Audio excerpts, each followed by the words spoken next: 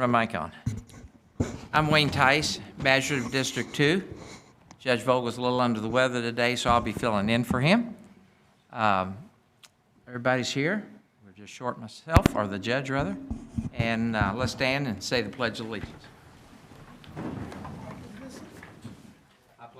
Pledge allegiance to the flag of the United States of America and to the republic for which it stands, one nation, under God, indivisible, with liberty and justice for all.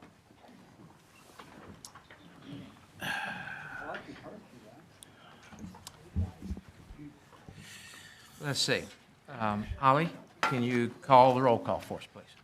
Magistrate Tice. Here. Magistrate Woosley. Here. Magistrate Jeffries. Here. Magistrate Hounds. Here. Magistrate Hawkins. Here. Magistrate Dye. Present. Magistrate Logston. Present. All right. We have 7 of the 9 of us here, so we have our quorum, and we're ready to start court. First thing is for approval of the agenda. So moved. Second. All in favor? Aye. Aye. All approved? Magistrate, could you pull your mic a little closer? Oh, I'm sorry. The next thing we need to do is approval of the minutes, and I assume everybody's read them, so if we have any questions? Make a motion to approve the minutes. Okay, do we have a Second. second? Okay, thank you. Magistrate All in- Tice. I'm sorry, go ahead. Yeah. Go ahead. Okay, everybody support the approval of the minutes? Say aye. Aye.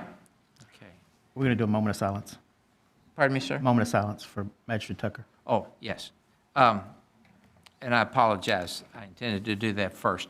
One of our fellow magistrates retired, Bill Tucker, died Valentine's Day. He was a longtime magistrate, an employee for Oldham County for 21 years. And let's have a short moment of silence for that.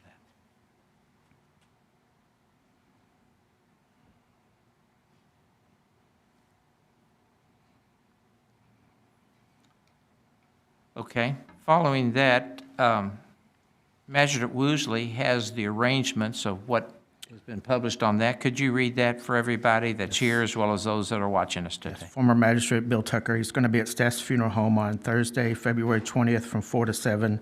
The funeral is going to be held at DeHaven Baptist Church in LaGrange on Friday, February 21st at noon. Good. Thank you, Kevin. First thing on our docket is the county clerk, Amy Alvey. Public comment. Oh, I'm sorry. I'm out of order, aren't I? Do we have any public comments up at this point? Seeing none, now we'll have Ms. Alvey come up and present the excess fees. No problem. I'm gonna use the overhead.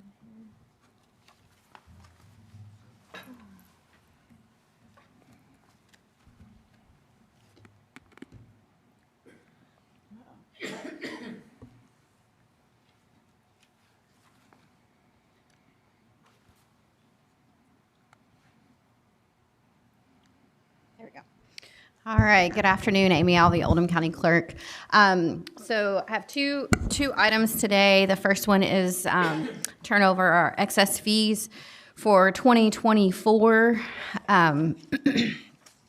We have just gotten our 2023 audit results, so we'll be turning those over soon to the small amount that we keep back at the end of the each year in case we have to do any final journal entries and things of that nature.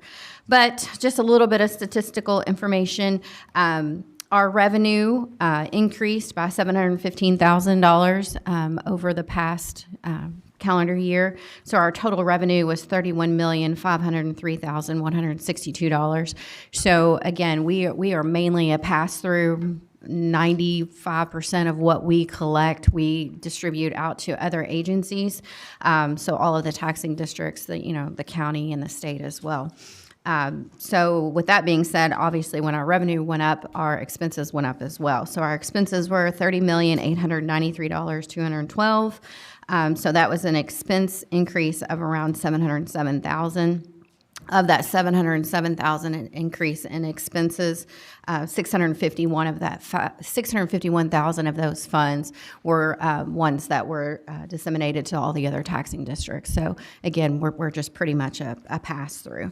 So we do, like I said, we do leave a little bit of extra in the account until the audit is complete. So I do have a check today for $513,644.93. Again, that is for the excess fees over and above all of our collections and our operating expenses for 2024. So, All right. Thank you. I know as all the other magistrates want to thank you for doing such a great job for us. And I know the people of Oldham County should appreciate it as well, and I'm sure they do. Does anybody else want to say anything to Ms. Alvey? Okay, thank you. cool. Number And then two. also, real quick, while I do have the microphone, March is Ag Tag Month, so this is in March. Those notices have already gone out. So when you go to renew your tag, if you do have a farm tag, there's an optional $10 fee or donation that you can add on to that tag. That's the only tag that right now in the state, if you get almost like we consider a vanity plate or a specialty plate, that you have the option to participate in giving that donation towards that organization. So in 2024, right at $931,000 was raised through those $10 donations. So that money is divided between the FFA, the 4-H, and the Kentucky Department of Agriculture, which that, excuse me, goes back to Kentucky Proud. So anybody that is a local vendor or craftsman that goes through the grant process through Kentucky Proud, this $10 also helps them. And then also the money that is collected individually on each county, half of that money goes back to that county organization. So the FFA or the 4-H, or anybody that is going through the Kentucky Proud program in Oldham County, those funds that we collect on behalf of the state, half of that money does come back to the local organizations. So we were trying to figure out, Commissioner Shell was at our last clerks meeting last week, I guess it was, so we were trying to brainstorm on different things to do. So I'm going to work with our local FFA chapter, and anyone that does participate that has a farm tag and does the $10 donation, they'll get a raffle ticket. They'll put their name and phone number on it. We'll throw it in a pot, and we're going to give away 4 hanging baskets that are going to be grown by our local FFA. So again, I'll put this on our website, and then we have it posted throughout our offices and stuff and everything. So, excuse me, anybody that does have a farm tag, I'm a proud farmer's daughter, grew up on a dairy farm, was part of the FFA as well. My grandmother was a 4-H leader for many, many years, so something near and dear to my heart. So we just hope to encourage everybody, if you do have a farm tag, that you will give that $10, because it does go a long way for a lot of Oldham County kids, but also kids in other counties that can't afford that famous blue jacket that we all had. So that's all I have.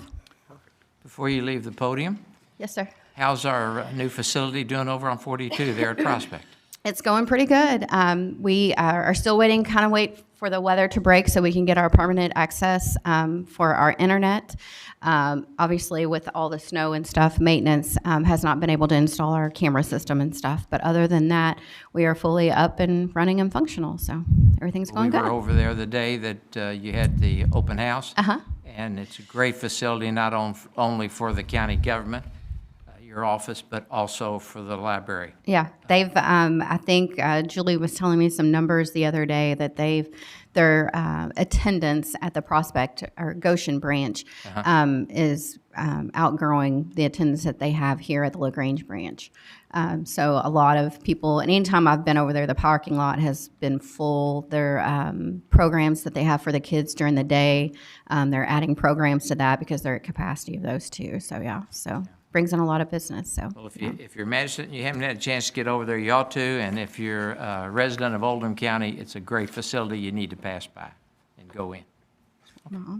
Anything else? Nope. Magistrate. Kevin has something. Thank you, Ms. Amy. Magistrate, I have yes, a question for. What would qualify someone to get a farm tag? Do you have to have a farm to get a farm tag? Yes, you do. You're out, Yeah. Kevin.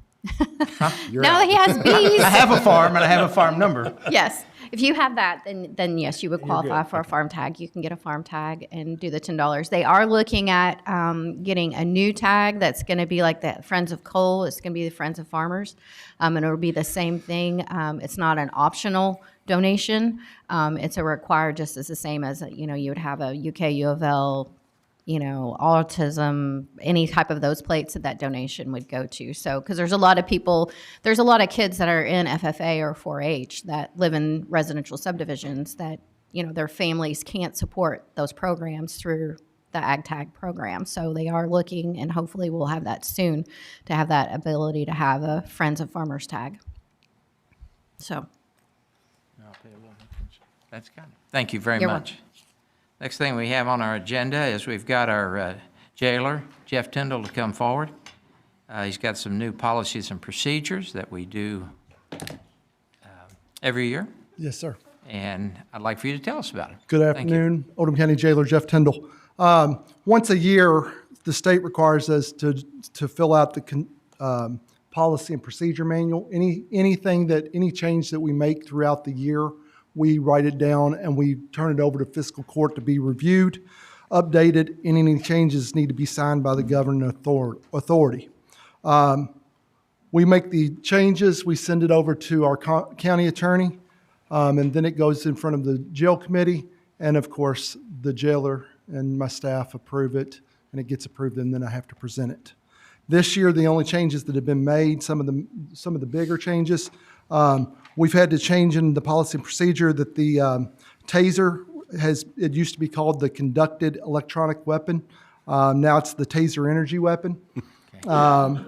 Age requirement in June of last year, the age requirement to work in jails went from 21 to 18, but the 18-year-olds can't be around inmates. They have to do different things with the jail.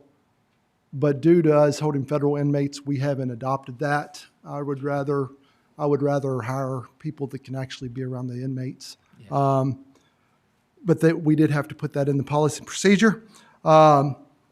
Incarcerated individuals that need to be checked when handcuffs. We have to the timeline that they can be in handcuffs was 15 minutes. We narrowed it down to 10 minutes per state recommendation. Restraint chairs. The only person that can approve that somebody stay in the restraint chair longer than the 2 hours that is mandated is the jailer or medical staff. Denial of admissions has to be approved now by myself or by the nurse on duty. It used to be that the jail supervisor could do it. Now it has to go through me or medical staff. And we've added something that's been going on since COVID, which was a quarantine period after they came to the jail, but we've added it to our policy procedure to let them know when they come in our jail, before they go to general population, they will be in a quarantine holding area for at least 10 days prior to movement. Those are the only biggest changes that we've had. Some wording has been changed here and there that's been approved by the county attorney. And that's it. I'm here for any questions. And do we have a vote? Do we have to vote to approve Yes, this? it has to be approved by fiscal court, a vote to have it approved. Okay. Let's I'll make ask that. questions. If there are any questions, yes. Let's do the motion first. I'll second. Yes, sir. Is this on, is this on your website? Yes, we put our, actually policy procedure stays in-house. The jail handbook is in there, but policy and procedure does stay in-house because it's a item that needs to be secured. Is his mic on?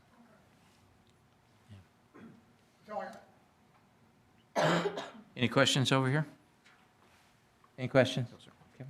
All right. So we got a motion, got a second, and all in favor, say aye. Aye. All opposed, say nay. So we're all approved. Thank you. Thank you for being here. Thank you.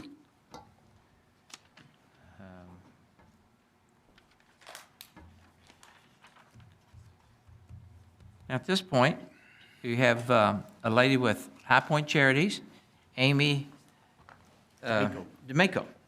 D'Amico. Doggone it. Okay. And she's going to talk to us about High Point, as well as some changes at the Red Cross, I think. Oldham County Red Cross. I turn the floor over to you. Thank you so much for the opportunity to be here and present a little information about what's going on at High Point. I consider it a privilege to work at an organization that's doing such good work, and also a privilege to be in a county that is full of very generous, sincere people looking to help their neighbors. And so I'm really glad to share a little bit about that with you here today. I'm going to start with a short overview of what's happened in 2024, and then I want to move to some specific data about Oldham County.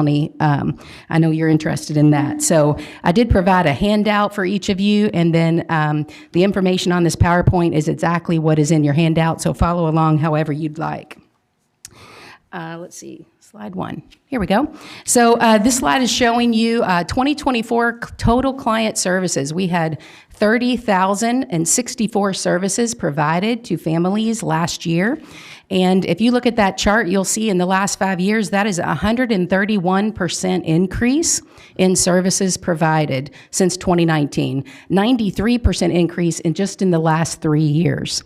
1,955 different households visited High Point, over 19,600 times last year. And that's like if 54 families came to High Point every single day of the year. So we are really a busy place with families coming in and out throughout the week. We had 583 new families visit High Point for the very first time last year. So you can just take a quick glance at that chart and see that the need is going up. The next slide, I really want to thank Oldham County Fiscal Court for your all's generous support. In 22 and 23, you donated $75,900 towards the creation of the High Point Community Kitchen, and we just sincerely appreciate your generosity in that. We are currently providing over 200 meals every week, and that is reducing food insecurity, and that is building opportunities to build community and relationships. We have 12 different monthly meal providers and teams, so it is a collaborative resource with a lot of community engagement. We are also offering classes in nutrition and cooking. So that is educating and equipping families to be able to cook and eat healthy on a budget.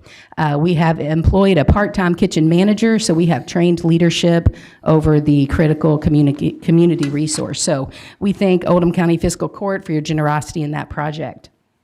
It will be a significant resource for the community for many, many years to come. Next slide is just a little bit of the basic needs that High Point is providing. Hunger, food insecurity is the #1 reason people are coming to High Point. And we are one of the largest Dare to Care distribution centers. And our food bank distributed food 18,827 times last year. And we were able to distribute $1.5 million worth of food for about 60,000 people in 2024. That is, every time a family visits our food bank, they're receiving about $75 to $100 of free groceries. And we thank Oldham County Fiscal Court for your food drives every year. That is an example of the food that's going home with families here in the area. Also, our clothes closet distributed $1.4 million worth of free clothing and home goods. And that is about $175 worth of goods that people are able to take home when they visit our clothes closet up to twice a month. They visited over 8,000 times last year. And I want to point out that we could not have this kind of impact with basic needs without strategic partnerships like the Fiscal Court, like a lot of different, like Dare to Care and a lot of different partners, but also the generosity of this community. We get about 400 bags and boxes of clothing and home goods donated every single week. And it takes an army of volunteers, about 250 volunteers every week, to be able to make this kind of impact in the community. So High Point really is serving as a hub of good, generous community, and we're just facilitating that generosity. And so we'll go to the next slide, talks a little bit about our programs. We do have a holistic approach to poverty alleviation. We believe we have to be this significant resource for basic needs, but at the same time, we also have to address some of the higher level needs to really make a change in someone's life. So we had almost 8,000 client advocacy visits where we're meeting one-on-one with people, discerning needs and providing resources.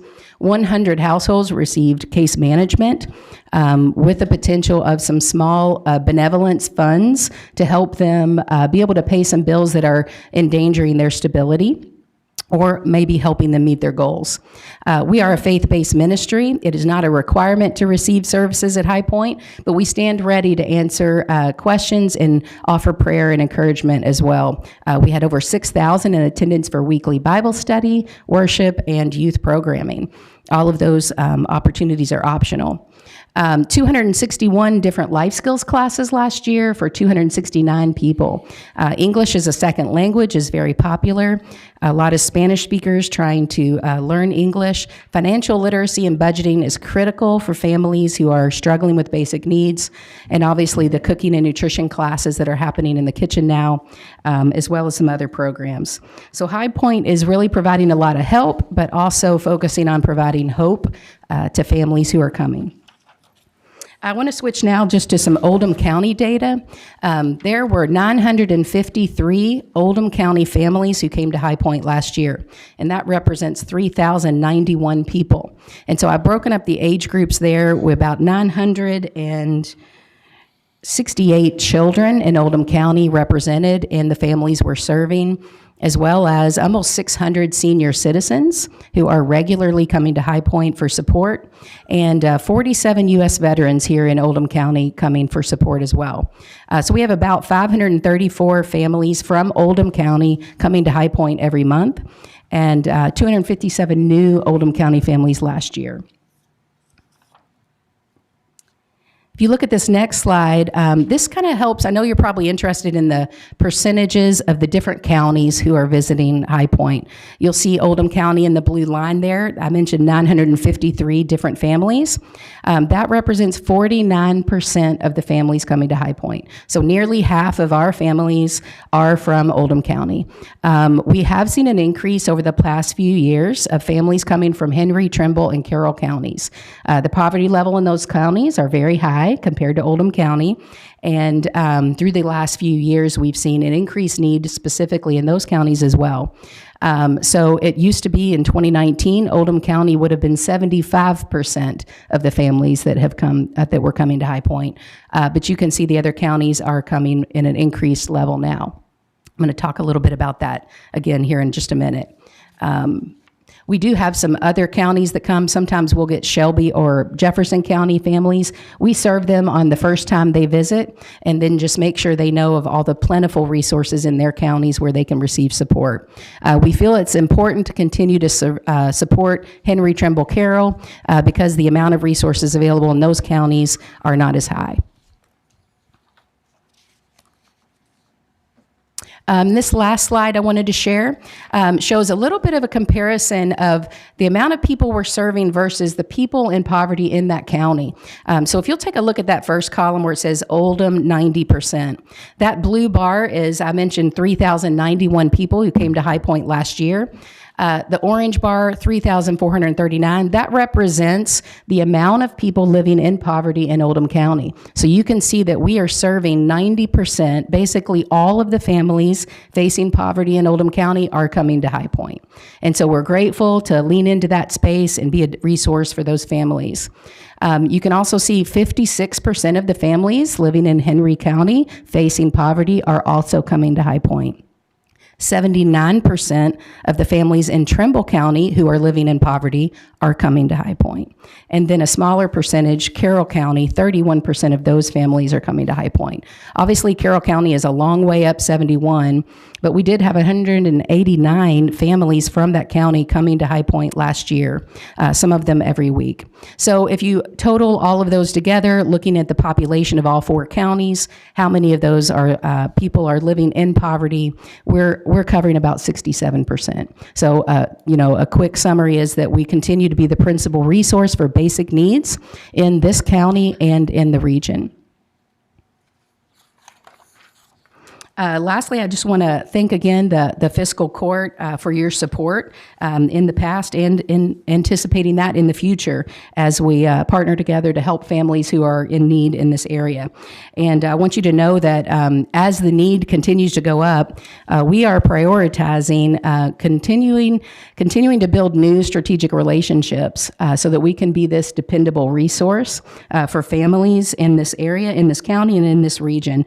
And we commit to steward this support as wisely as possible and making the impact stretch as far as possible. So I want to thank Fiscal Court for your support and all those in the community who continue to partner with us to make a difference.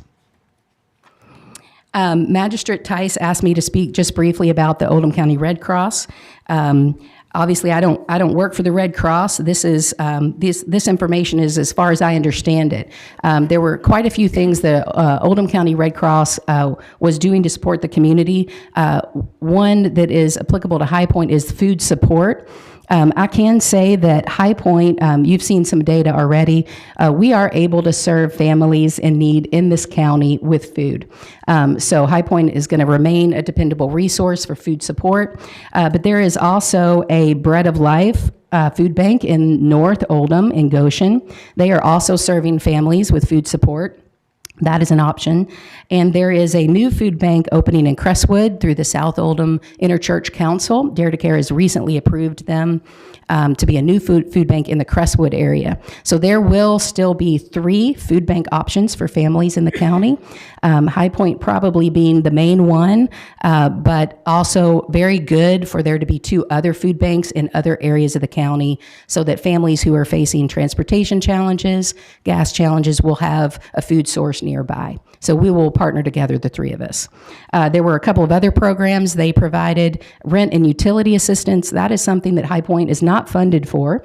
However, there's the Oldham County Community Chest and the Tri-County Community Action Agency. Both of those agencies do have some funding for that type of need. And so we will be referring families for that support to those agencies at this time.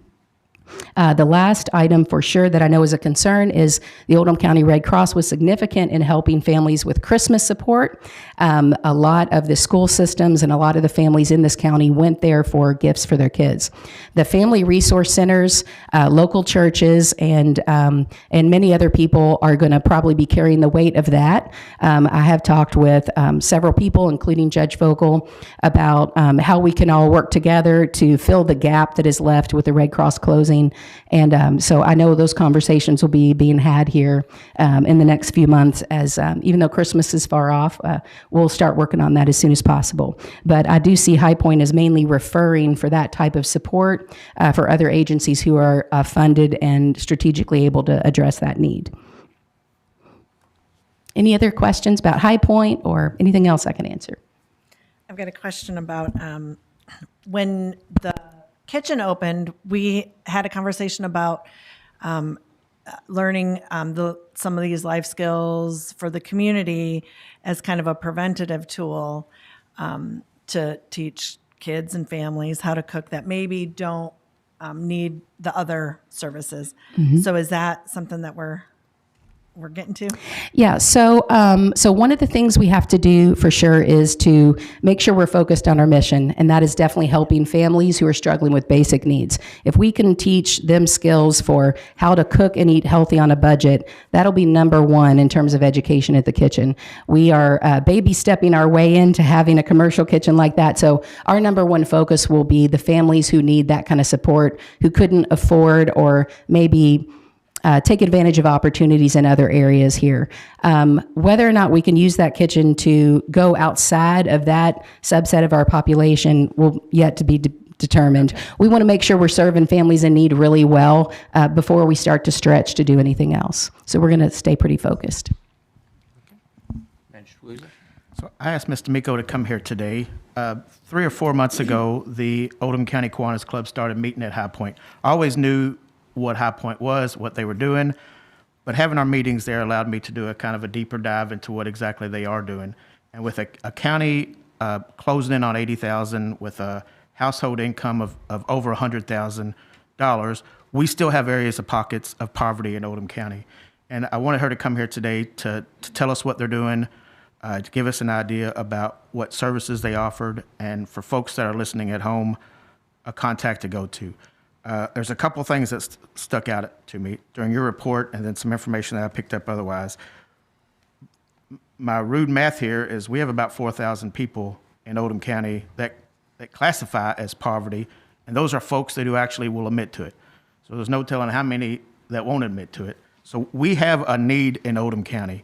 The other thing is, and I brought this to you guys back in December, but you guys provided 450 meals at Christmas time for families for Oldham County. So that comes at a big cost. So we're glad you're there. We thank you for coming today, and just wanted to show you guys our appreciation of what High Point's doing for Oldham County. So thank you. Thank you so much. Appreciate that. Yes, I'll double that. I think we all appreciate it, and you all are doing a great job. Thank you so Thank much. you very much for Thank bringing you. it. All right, I appreciate that.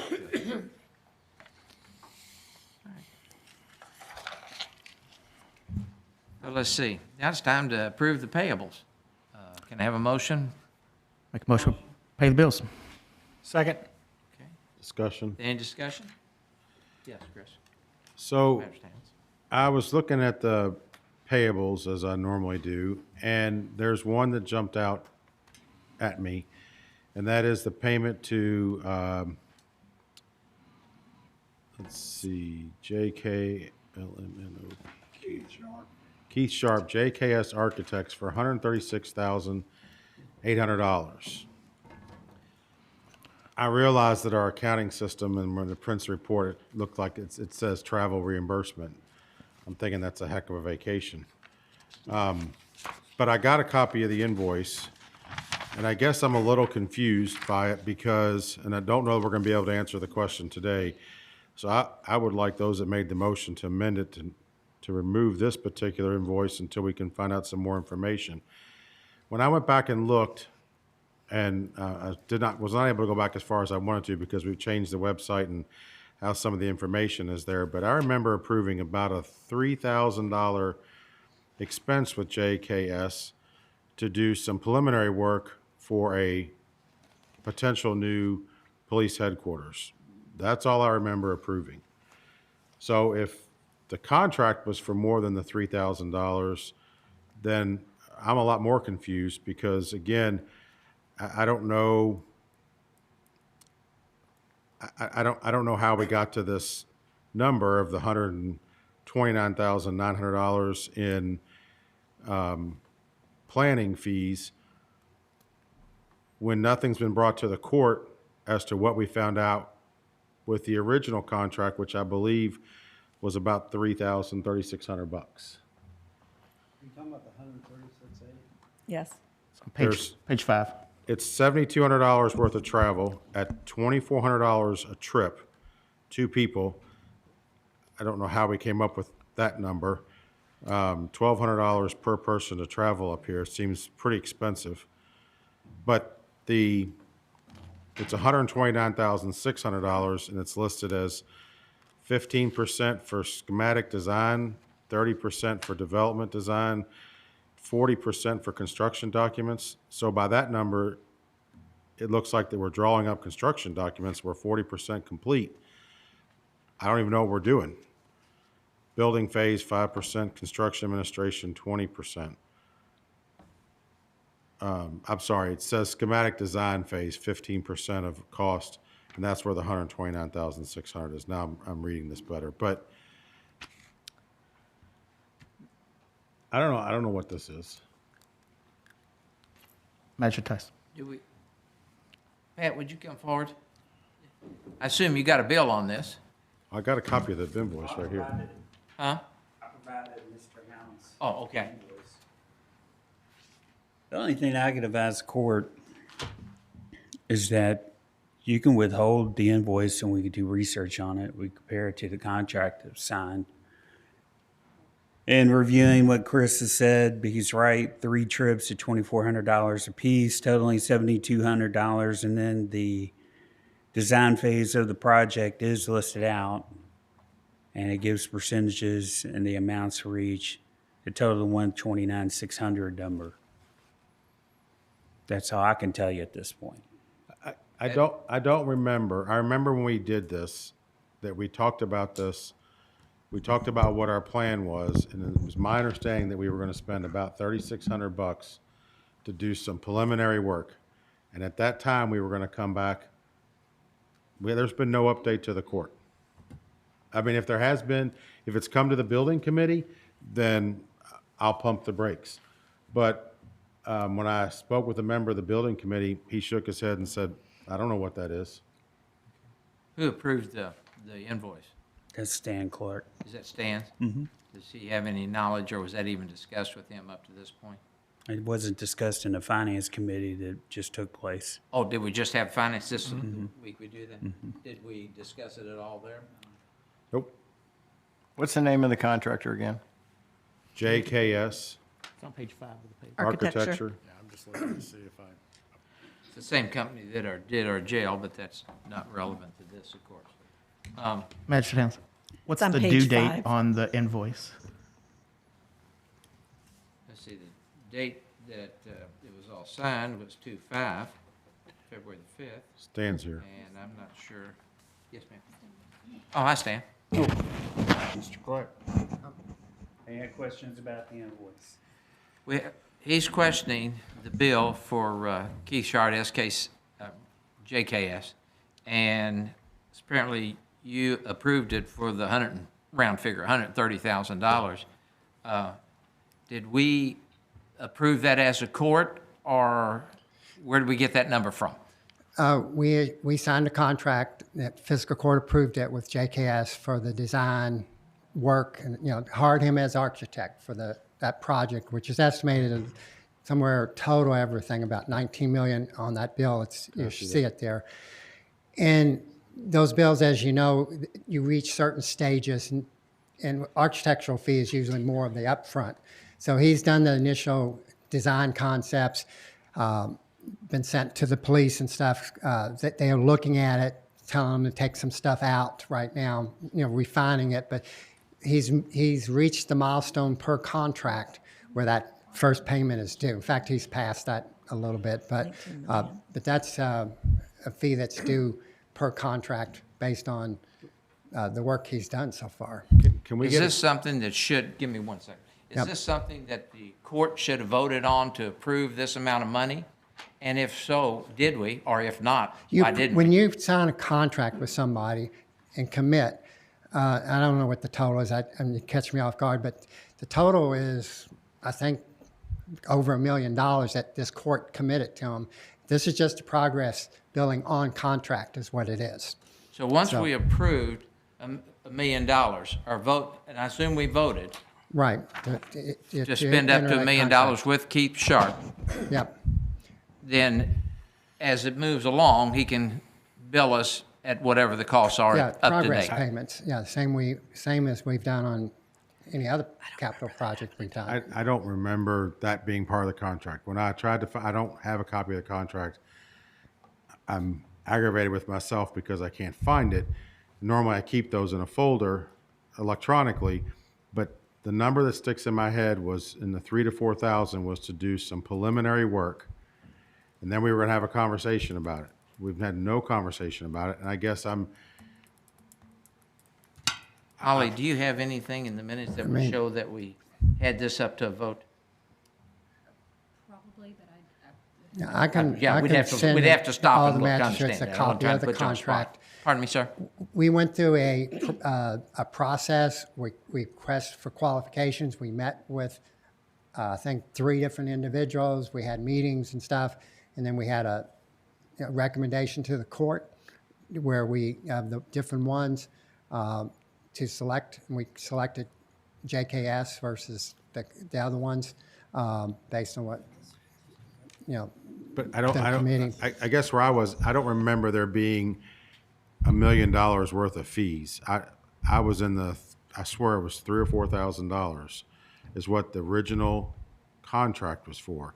It was to do preliminary work to look at the building because at the time, we didn't know if the building was going to work.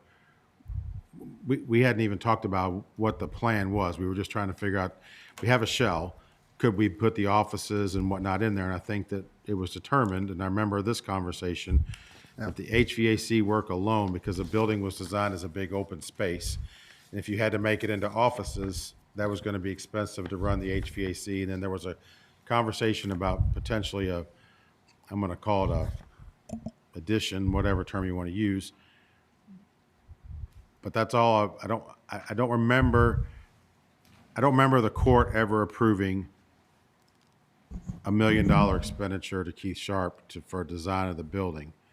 I don't remember we got there, and I could be wrong. I've been wrong. It's the standard A1, or whatever, AI1 or whatever, a contract, standard contract, which, some of that's construction phase, design, building plans and all that. We're nowhere close to it, but this is the original, I think it's, I forget what the bill says, 80% design. He's come back ready to start having meetings with the police chief and whatnot to go over suggested plans and, and where we go from here and what we go from here. Magistrate. Stan, I got a couple questions. Has the check already been written and mailed? No. Okay, now, I'm like Magistrate Hounds. I don't remember giving anybody the authority to go out and just spend $1 million. Yes, it was that A1A contract, yes, it was. But the original concept the day that we voted on this and when we retained Mr. Sharp was that he was going to look at the range and see what could be done there. And it was determined, I just heard this through the grapevine, that the range of the building probably wasn't going to be something that could be converted and put offices in it for a multitude of reasons. Now, when I say I heard it through the grapevine, none of this has come through any of the committees on fiscal court. It hadn't come through my committee in public safety, didn't come through finance, didn't come through building. So whatever you all were doing, and I don't know who you all is, I'm assuming that what Magistrate Hounds has there, that's for a secondary building? It's for the police headquarters, and right now he's saying that some of the need evidence rooms and stuff will go into the existing building, but to do it efficiently, the recommendation will be to add on to that building some of the office spaces to go with some of it going into the range efficiently. Because, host issues like you didn't want your police sitting there hearing somebody in the firing range shooting, that kind of Probably stuff. should have known that when you're buying a firing range, wouldn't you? Their discussion of a secondary building was never made in this room. Design. Now, we can go back and look There at was the tapes, we can discussion go back and about look at the a minutes. conceptual That doesn't coming up with exist. conceptual design. And I don't know of any architect that would have agreed to $4,000 to do all that work. Okay. No, it wasn't all that work. I thought what we were getting was, We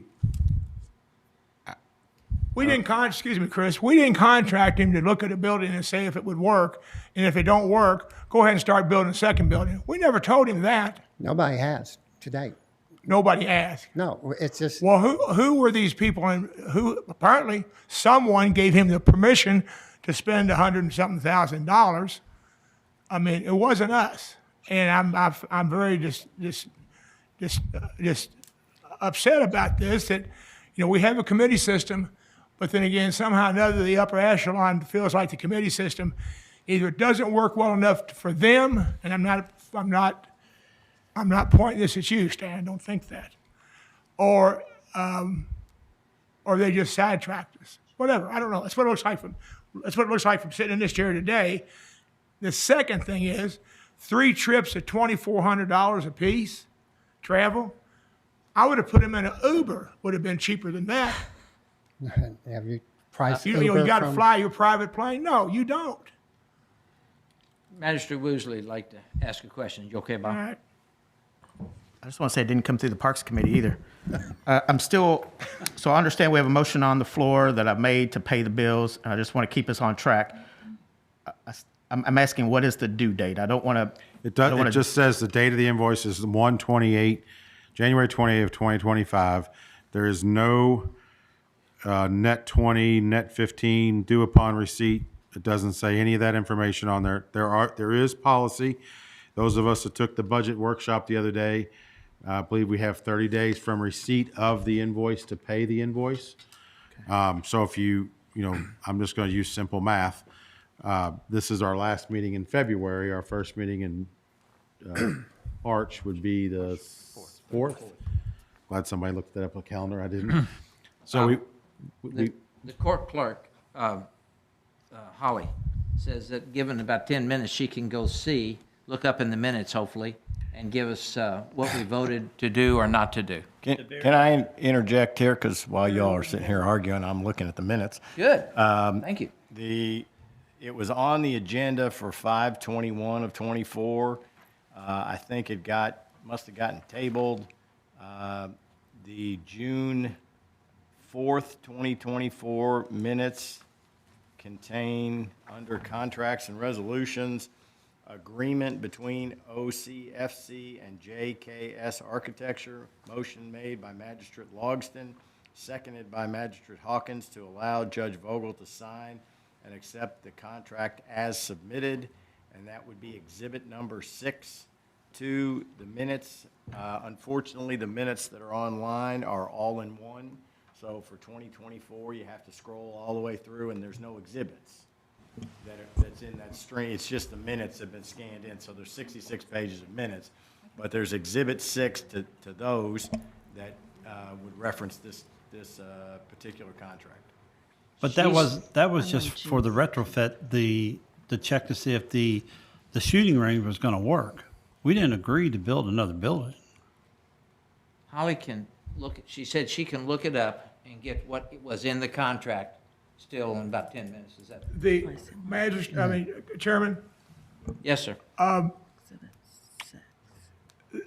not concerned about the due date because the invoice is under question. So that 30-day have to pay doesn't apply. Okay, so all in one was. If you have a distress on a bill, I'm not going to pay a bill that I don't think I owe, just because it says 30 days. Well, those are bills that you don't have a problem that you owe. Okay. Do we want to look that up, or do we want to pull it from the payables and look?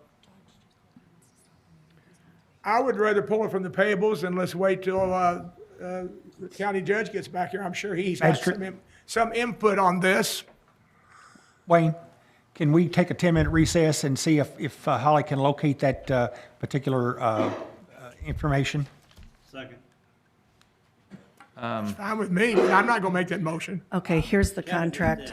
Here's the contract from 6/4/24. If anyone, I just pulled it up in my Does it have PDF. the number in it? I just found it. I just received word that the judge is on his way. AIA is the name of that Now, document. with that information, do we want to have a 10-minute recess? You want to scroll through this, Chris, and see? Where did you get it? I'll look it up. I've got it on PDF in my, I just keep it all in. Keep us rolling, can we go ahead and On my make a laptop. motion to pay the bills and withhold this, and then we could add it in later on in the meeting, just to keep us going here? Yes. Okay, I will amend my motion to approve the payables with the exclusion of invoice number 2. number 2 in the amount of That's what- $136,800. That's the invoice number on the JKS document. Now, I've got to move this, because I just got some more information, and move this to Jeffries.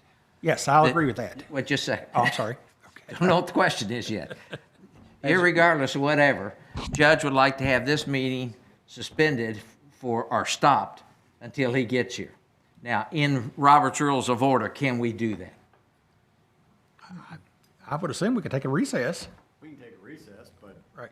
somebody's got to make a motion for a recess, but you all are in the meeting, so you can keep going if you want.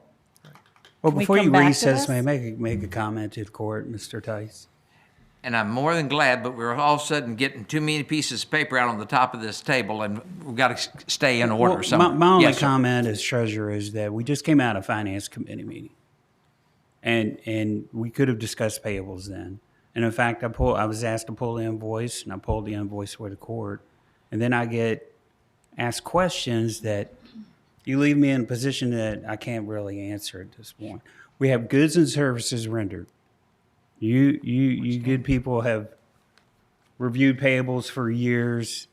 You approve them. I'm of the position goods and services are rendered.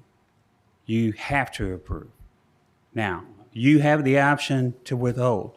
You have the options to go to recess. That's fine. I just had to make that comment. We spent an hour in Finance Committee meeting. I didn't have a question about this. I understand.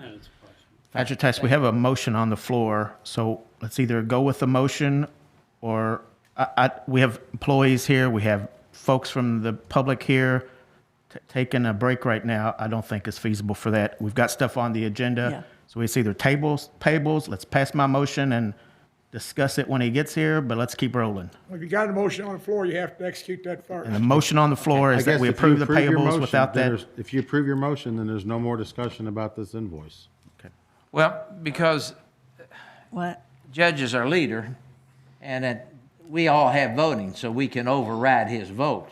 But I think to solve it in the best way is for, just my opinion, is that we go into recess for 10 minutes, and then shortly, he'll be here, and we pick this back up and bring it to conclusion today rather than another day. We can still bring it back up later on. The meeting started at 2:00. We were here. If he wants to discuss it when he gets here, we can discuss that one. But right now, the motion is to pay the payables without that invoice. And if he wants to discuss that invoice when he gets here, let's go back in and discuss it. Is that the But we only need to motion- move on Is that with the the only agenda. motion that we have on the floor? I amended the budget. My second agreed to the amendment. I'll second. You made the motion? You don't second. Jeffries gave you your second? Yes, To sir. amend Okay, that motion was on the floor. Do we have anything other conflicting to that? Okay. We're good. This is Okay. pulling it. Then let's Pulling let's vote on the motion, and we can deal with it when the judge gets here. Just protect yourself, do a roll call. Roll call. We don't Ready? need a roll call. Yeah, we do. Let's vote on it. Yes, you want to get ugly. Michael Logston, Yes. and that motion was, how did that motion stated? Pay Woosley? the bills except for the one invoice for $136,800 to JKS. Invoice number understand. 2. Magistrate Dye, Yes. Magistrate Hawkins, Yes? Magistrate Hounds, Yes. Magistrate Jeffries, Yes. Magistrate Woosley. Yes. I'll go with the majority without voting. So it's all, All right, let's move on. Move on. Okay. now, Next is the sheriff.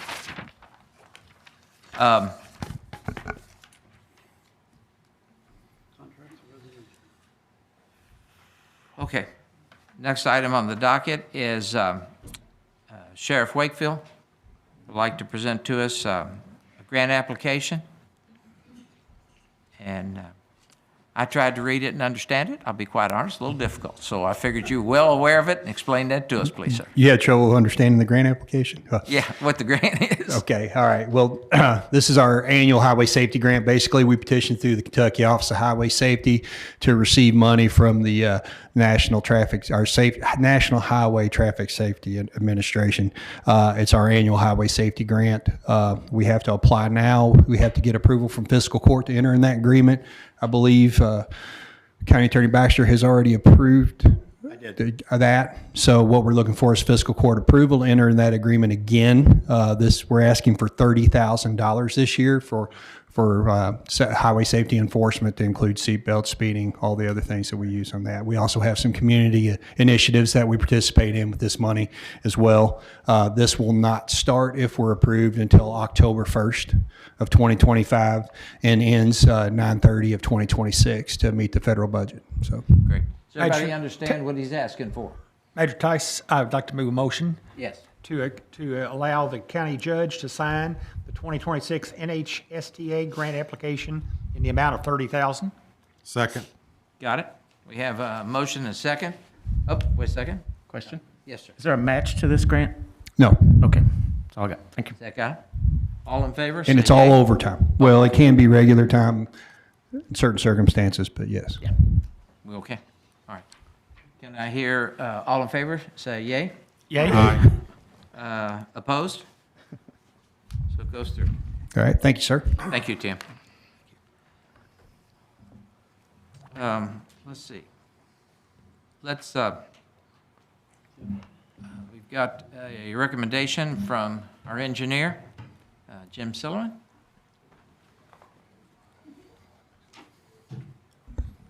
Yes, good afternoon. And I understood this one. So the Pond Creek subdivision is a residential subdivision located on 1793, kind of opposite the Creasy Mahan facility. Based on our recent inspections, the subdivision Section 3 has been constructed in accordance with the approved plans and our subdivision regulations. So I'm asking fiscal court to approve the release of the erosion control surety in the amount of $15,000, and that was a bond.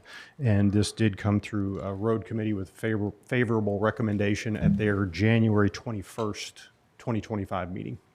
Adrian Tice, I'll move that we release the erosion control surety bond for Pond Creek in the amount of $15,000. And as Silliman pointed out, it did come through road committee today with last month with the unanimous recommendation to approve, to release. Second? Down there? Michael? Second? Okay. Have a motion and a second. All in favor, say yay. Aye. Aye. Opposed? No. Okay. Goes Thank through. you. Thanks, Jim. Let's see. We have now, have a new appointment to one of our committees. It's the Board of Adjustments. No. No. Planning Commission. Planning. Oh, Planning and Zoning Commission, I'm sorry. It's Mr., I think, Quinn? Quinn. Did I get that right? Who is replacing Ben Winters. Ben Winters.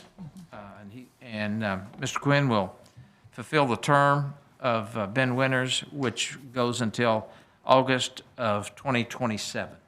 So we've So got moved. a little over 2 years. All in favor? Need a second. Aye. Need a second. Need a second. I'll second it. We're You good got now. it. We're good. Okay. And you second. I thought I heard you. It's freezing All right. right here. All in favor, say aye. Aye. Aye. And opposed? Okay. Now, at this point, I'd like to call a recess for 10 minutes. Can we do that? Can I get a second on that? It's got to be easier than Second. that, guys. I'm okay with it, but would also, it's not on the agenda, but I would like to get a report from the task force that the county attorney went to last week. So I don't know if now would be a good time to do that. You can go to the task force meeting Last week? Week before last? Week before last. So we could do that now, kill some time, or we could recess. It's up to you. All right, let's, we won't do that. We'll get a report from our county attorney, Mr. Baxter.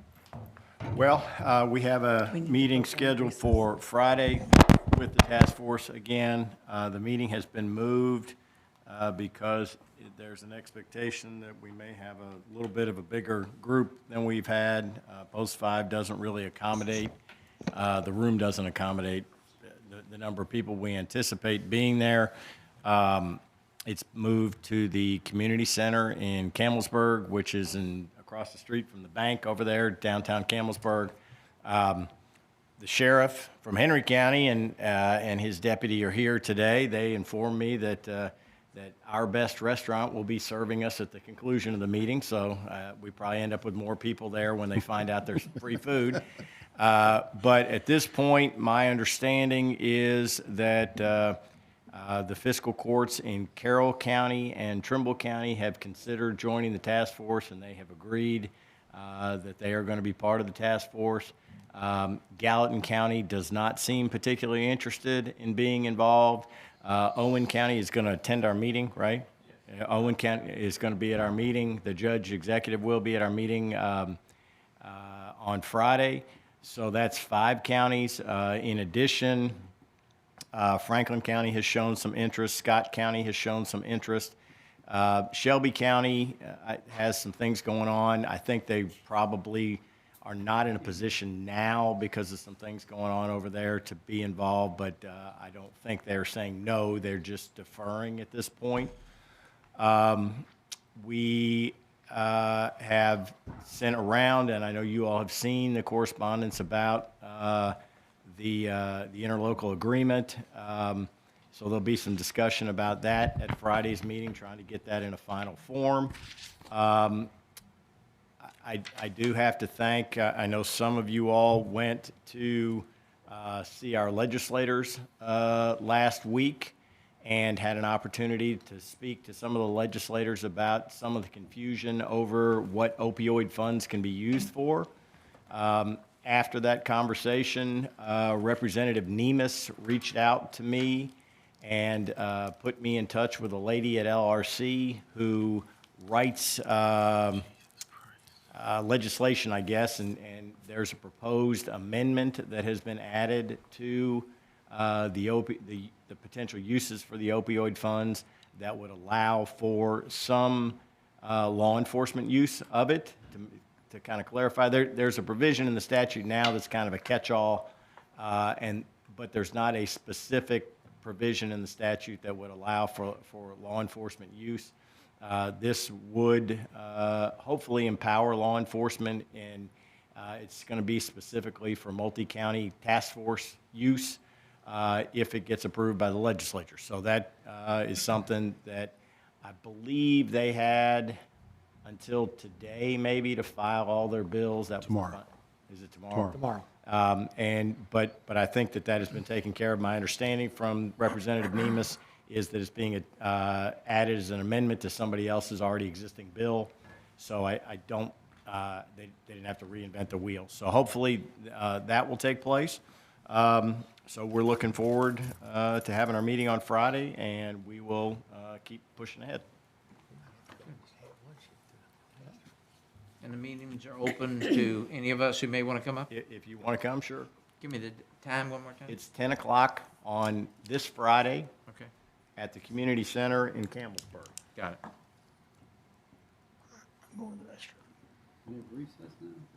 Anybody got any more questions for Mr. Baxter?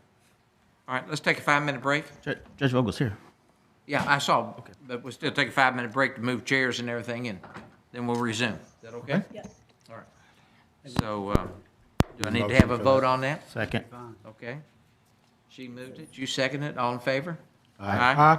Okay. All opposed? Okay, we're good.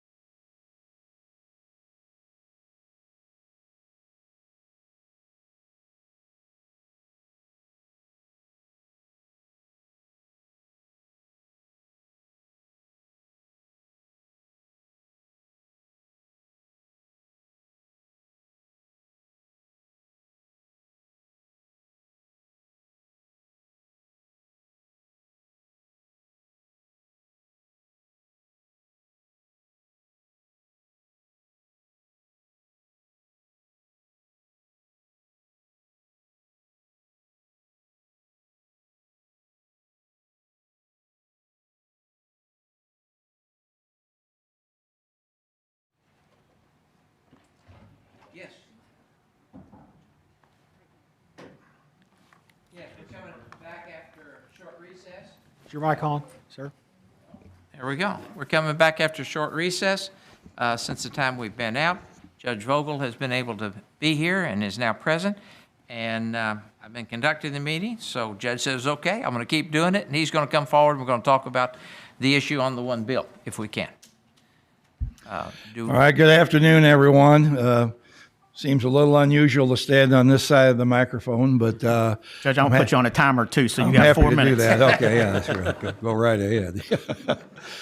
This wasn't the day that I could be here, but I'm here anyway because I was monitoring the program and found that we have a question about bill that's come in from the architects. So I don't have the exact date in front of me, but last year I believe it was in the summertime. And we'll find the exact date if need be. The court authorized me to enter into a contract with JKS Architects from Hopkinsville for design and construction of a new police headquarters for Oldham County Police at Crestwood. We all know I think we all agreed the existing police headquarters is inadequate, out of space, nowhere to go. And I believe that's the reason we bought this building. It was the former open range shooting practice area. We didn't buy it just for a shooting range. We bought it for a police station.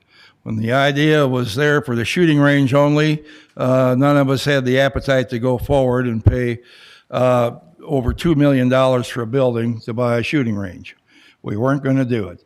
When the idea came up to actually move the police headquarters to that building and redesign it in some ways to accommodate police, that's when the court decided to go forward, and we voted to hire JKS Architects. JKS was selected after several groups submitted proposals, and we selected JKS as the one we wanted. I think principally because they built a detention center for us, and we knew that their quality is high, standards are outstanding, workmanship perfect, so on and so forth. So from that point forward, JKS has studied the building, gotten facts together, and has come forward and met with me and with the deputy judge and with the chief of police and our finance officer, Mr. Clark. And we have looked at and studied some ideas that they put forward. And we've sent them back to refine those ideas further down. So they have done work on this building. The reason no one here has actually seen it yet is because we're not quite sure what we want to present. Okay? We're not building an additional building. There has been a recommendation to change the front door to what is essentially the back of the building now and build a new facade there and let the public come in on that street. Off a new street to be built there. As you know, we're talking to a person right next door to buy a piece of property to run a street from Veterans Parkway to the back of that building, and that under the scenario that we have developed so far, that would become the front of the store, or front of the police headquarters. The back of the police headquarters would be what is currently the front. And the outside groups that use the shooting range would come in through the back, not be entering through the front. And our person that deals with the outside shooting practice individuals and the groups, range master, I believe they call him, would be situated back there and work with those groups. And so a number of ideas. JKS has been here twice. The contract that you allowed me to sign with them, says they get $1,200 each time they come up here. So I did hear somebody say something about a lot of money to drive up here. The contract says $1,200, and that's what I was given permission to sign. The architect gets 9% of the cost of the project. That's also in this. Now, I don't think anybody here expected somebody, we had him up here several times before we actually bought the building, before we agreed to do the contract with him, to see could that building be retrofitted or changed, and I think we came away with the agreement that it could. I don't think we bought a $2 million building to find out later it didn't work. I think we had really a solid understanding going into this thing that this was going to work. Now, we're going to bring forward the plan for everyone to look at. And I heard said hadn't been brought to several committees. We had too many cooks in the kitchen at the animal control building. I think we all agree on that. We're not going to make that same mistake again. This is a policy-making body. We're not going to have 2 or 3 people say, well, I like this window design over that window design, or this door handle needs to be this way. We'll come forward with our recommendations, and the fiscal court will have an opportunity to say yes or no, or to say, make that building smaller, make it larger, make this change, that change. But we just can't have the type of micromanaging that I think we wound up with on our animal control building. It cost us a lot more money than what we actually ever expected to spend on it, and we're still not in there. We're a year behind when we were told we were going to be in there, and we're still working on it. So let's get that done. We want to get over that hump. We just don't want to make the same mistake. So when we have something to show, which won't be too much further down the line, we'll bring it forward and say, here's the ideas we have come up with. But Mr. Sharp has been tasked with coming up with those ideas, presenting them to myself, to the deputy judge, to the finance officer, and the chief of police to see, we're getting this together. And when we have it all together, we'll bring it forward and ask the court to give us the input from the court. But it hadn't been the time just yet. But we can't expect the man to do the work without getting paid. And when you signed this contract, you gave us the authority to go forward with this project. And we've done that, and we'll have something for you pretty soon. So I don't think, and we also, by the way, besides the building, you all know we bought a $1 million piece of woods next door. So we're planning to build a police station. So we can't say, well, we paid a guy a few $1,000s to see if it'll work. Hey, we've made steps to make sure it works.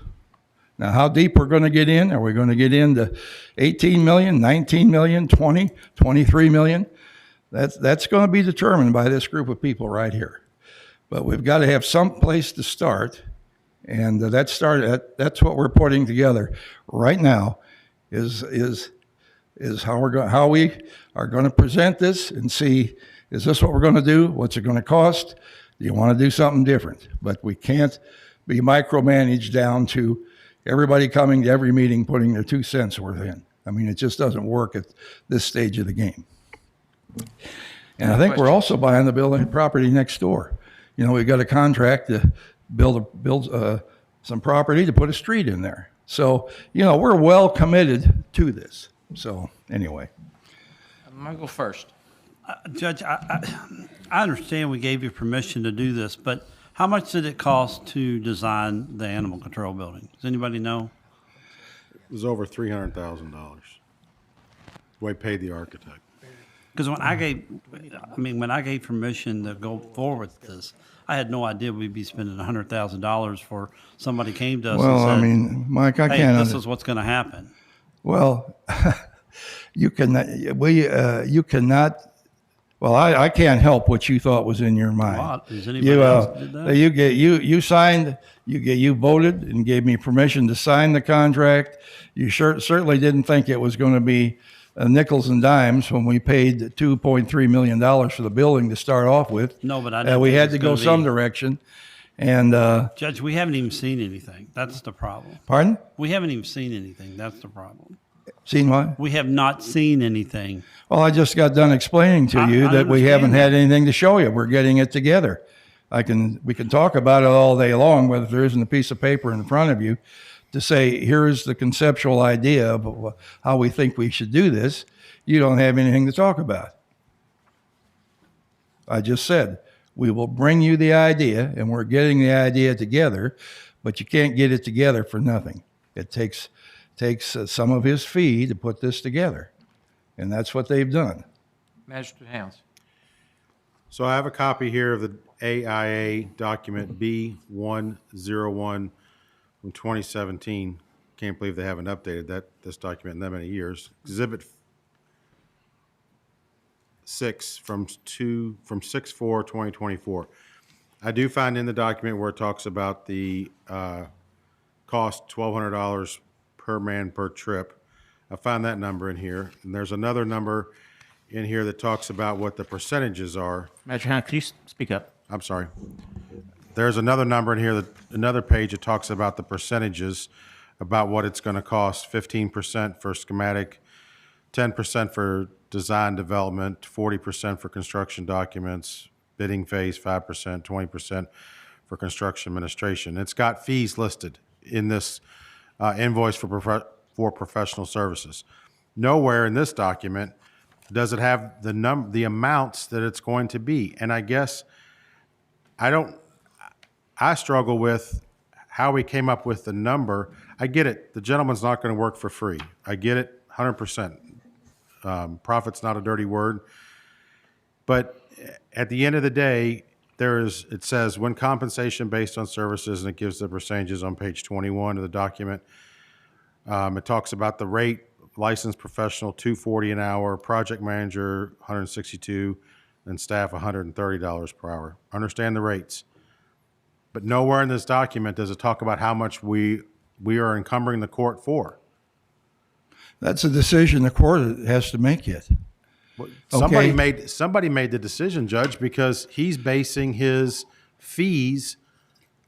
It's a percentage, if we pay all these fees that he's got listed here, it's $1.7 million, $1,728,000 to Keith Sharps, to JKS Architects, and it shows a building addition. It says a building addition on the document, $15.6 million.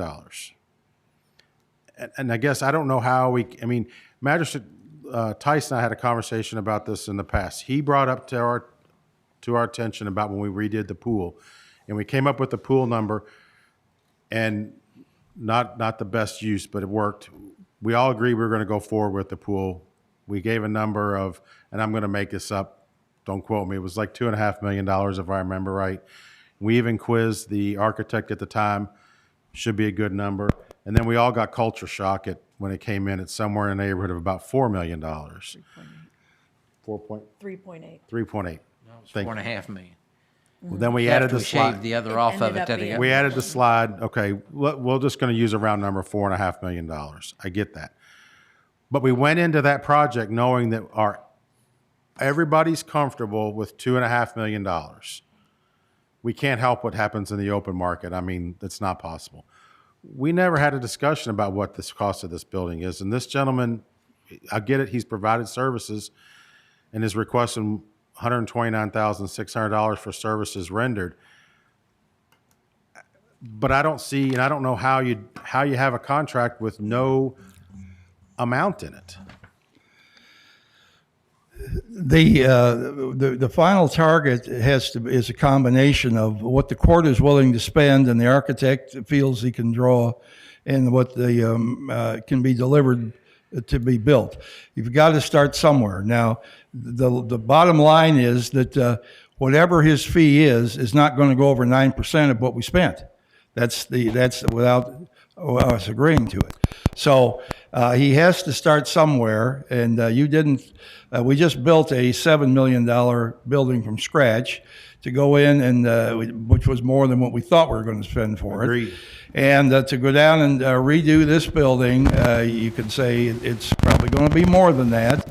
So how much is his bill for? $100 and some thousand dollars. $129,600. All right, if we spend $10 million on this building, he gets $900,000.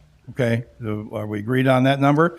So we're going to have to spend something on this. We've already spent a significant amount on property and made a commitment for more property. If this court wants to scale back the look and size of this building to be something other than what we present to you as the administration, we bring you a building, this is what we think it's going to cost. Do you want it or not? If you want to say, make this building smaller, cut out the parking lot, don't put a fence around the police cars, I don't know what, that's going to be policy there, okay? But they've got to have some place to start, and he's not going to exceed, without our permission, the 9% contract that we have signed. So we started off not knowing how high is up, but we've asked somebody to take us off the ground.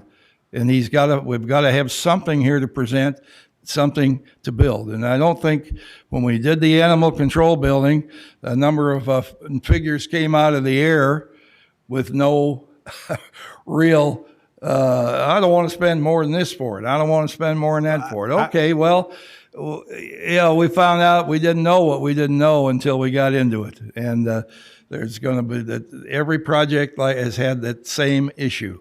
So let's keep our eye on the fact that we want a high quality, state of the art police station here. I think I may be wrong about this, but I understand Jeffersontown built a new station.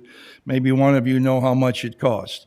Off the top of my head, I've got a lot bigger, a higher figure than any of this in my mind, but I'm afraid to say it, for it could be wrong. But can't do this for free. We all know the price of everything is up, and we've asked a guy to put together a plan for us to study. So this isn't nickel and diming the thing on the front end, but we have to have something to show you. And I have to have a professional to get it together. And a lot of he's not going to exceed more than 9% on what the cost if you decide what this group decides we're going to spend on our police station. So, and we're not anywhere near 9% yet. So let him have his fee. He's worked on it. He's been up here several times. He's been up here and met with myself twice and the other people I mentioned. He was here before and went through the thing with our police station, went through the building before. We never agreed just to hire a guy, pay a few $1,000s to see if we could do this after we bought a $2 million building.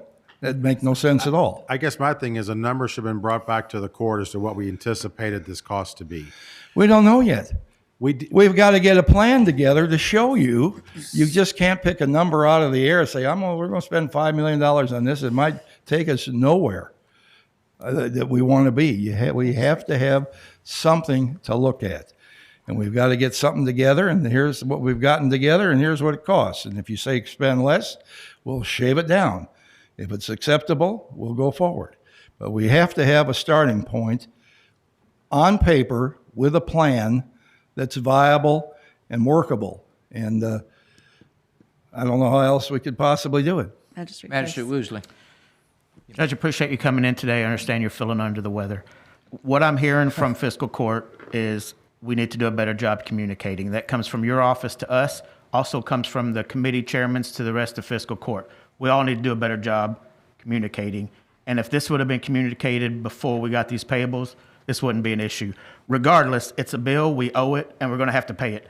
With that, I'm going to make a motion that we pay this invoice to JKS Architect, invoice number 2, in the amount of $136,800 for services already rendered. We don't have a motion up to that one, is that correct? Correct. Okay. Do I hear a second? I'll second that. And I just like to discuss also, I agree with Magistrate Woosley. I mean, I think we probably need to be more informed as the process moves along.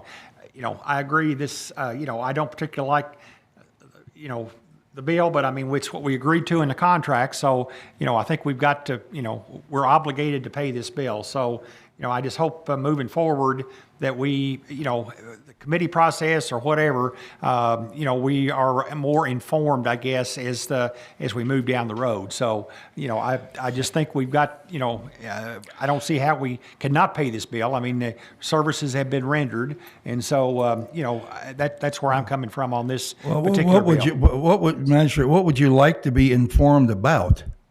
We're trying to get something together right now to present to you. Sure. But we can't get it together for free. No, I agree. It I costs agree. something to get this off the ground. Right. And when we lay the plan out in front of you, then you can say yay, nay, or make these changes, cut this fee. But the person has to get together a layout, what all the materials are going to cost to do it.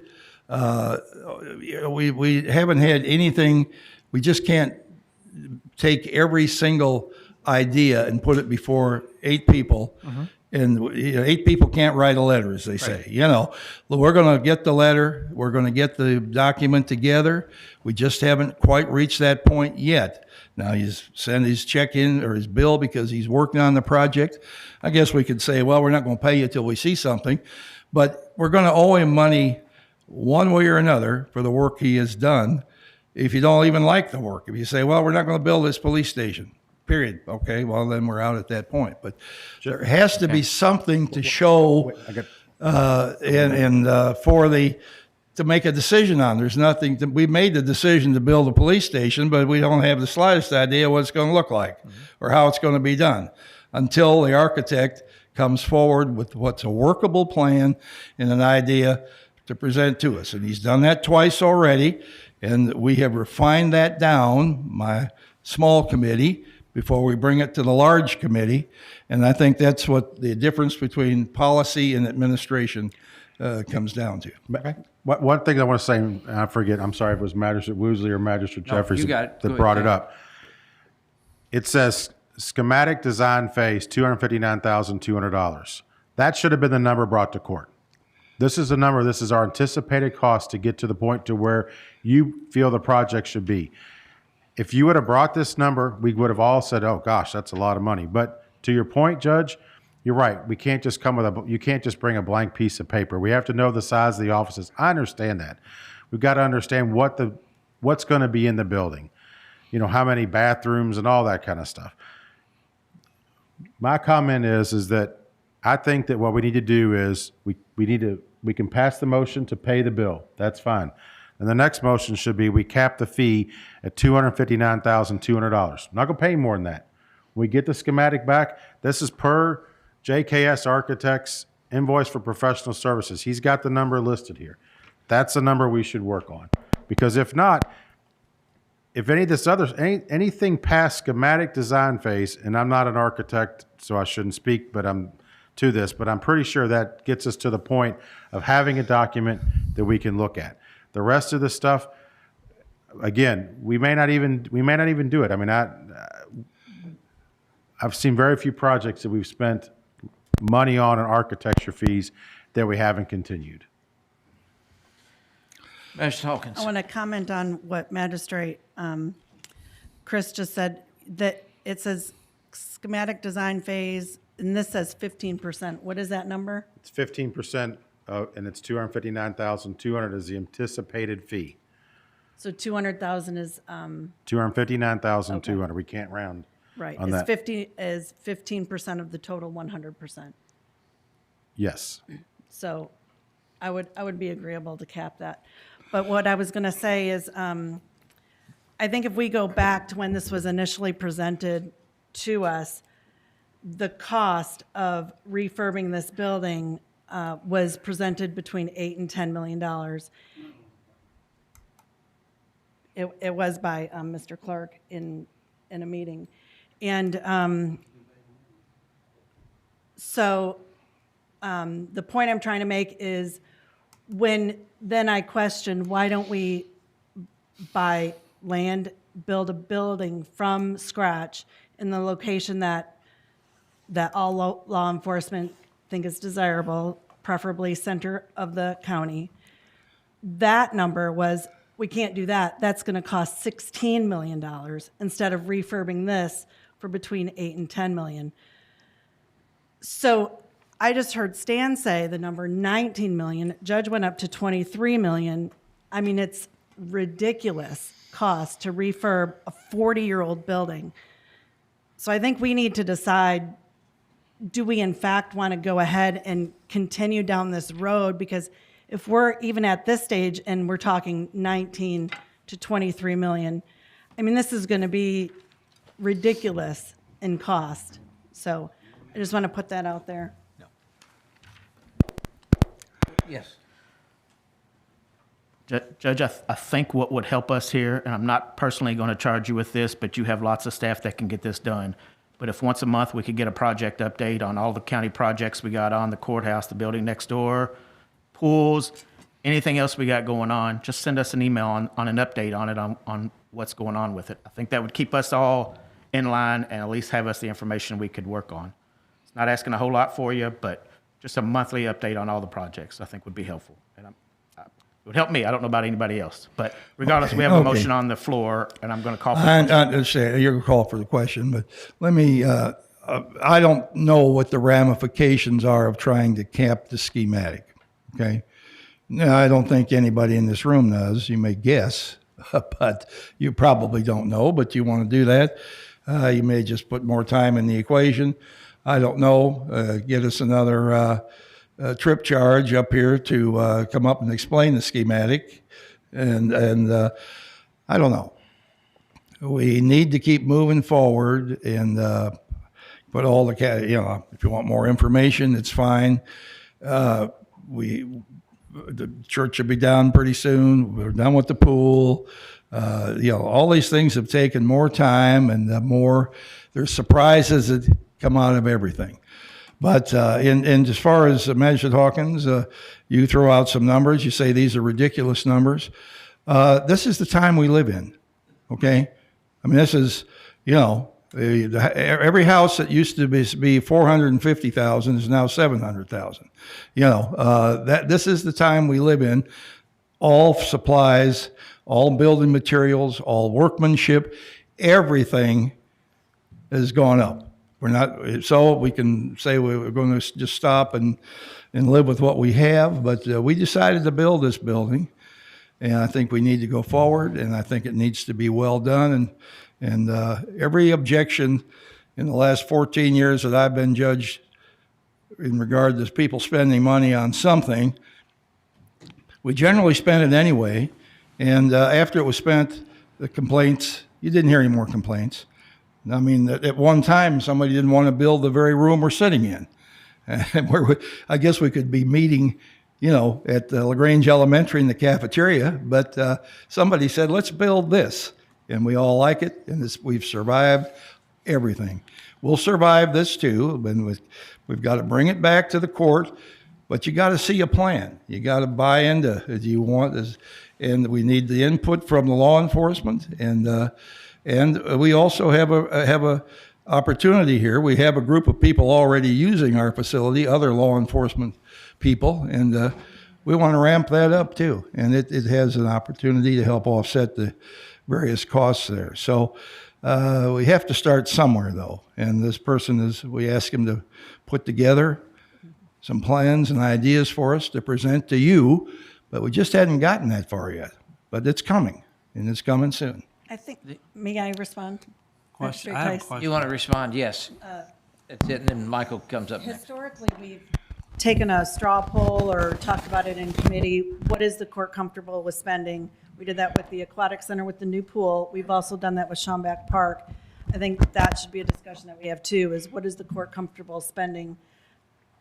I'm going to reference Schomburg Park in the meeting we had this morning, which is that's the way we should be getting this a little more structured. Okay. Are you okay with that? Oh, yes, please do. Michael? Judge, I have to have some clarification here. You keep saying building, new building. Are we retrofitting the shooting range, or are we building a new building?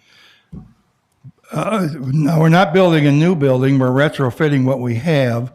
And the plan right now is to present to the court a new front entrance in the area which is now essentially is the back of the building, and to bring the street off We're buying that property next door and to bring a street in from Veterans Parkway to the police department headquarters off that street.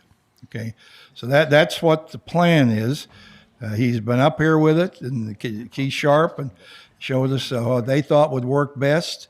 And it's not a new, freestanding new building. It's an addition to an existing building to try to move the space around in a way that is acceptable. So when you get those designs and you say, well, we'll talk to the chief, and we don't need this and we don't need that. We can do without us. We can have a smaller evidence room, and we don't need a sally port, and we don't need this restroom here. Okay, that'll be open to debate when that time comes. But we've got to put something down in front of you, and then we'll scale it back from that point if that's the desire of the court. But first of all, you have to have something to begin making a judgment. Magistrate. Judge, I got some comments here. I work with Mr. Sharp on the jail. I work with Mr. Sharp on the jail, okay? Now, this is being handled a little differently, and you've taken it upon yourself to use all of your staff people to make the critical decisions, because you feel like whatever you feel, that there's, too many people trying to micromanage it. Now, Magistrate Hound said a minute ago it was $129,000. Okay, it's 9% figure. What exactly are we getting for the $129,000? Is it paper? Is it vapor? Can we touch it, feel it, eat it? Well, I don't get it. Well, you can't eat it. I'll guarantee you that. Yeah. You'll be able to look at it and make you'll get plans on paper in color. You'll be able to look at it. But you want the money up front to produce something that's not here. Mr. Right? Chairman, I'd like Okay. to call a point of order. This discussion that we're having, it would be relevant down the road. This is the motion that's on the floor is to pay this bill. Right. And so, what the discussion that's been taking place does not directly address that motion. So I would suggest to the chairman that we need to vote on this motion. And then if we want to do something else down the road, that's fine. But the discussion we're having is not relevant to the motion that's on the floor. I'm discussing the amount of money on that invoice. Is that relevant? Well, you're asking questions that I'm not the chairman, but it's a little bit outside of where the discussion needs to Well, go. then let me just say this. Everybody knows I didn't vote for this to begin with. I'm not buying all the stories that we get about we need this, we need that. Never been proven to me yet. But the thing is, you vote for this, you're getting something for $129,000, and you don't know what it is. And by the time he gets to that $23 million building that he wants, you're going to be paying a whole lot more than $129,000. It'll be more like $2.5 million total.